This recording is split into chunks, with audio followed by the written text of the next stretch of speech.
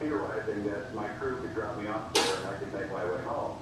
I get my car out of the garage thinking that surely there's nobody in the little cubicle to take money from your parking fee. That is crazy. And by golly, there's a lady standing in that little booth, and I said, this is my humble pie story. I said, my God, what are you doing here? And she said, what are you doing driving? And so, it was an example of the city continuing to try to supplement the revenue stream, even in the middle of a blizzard.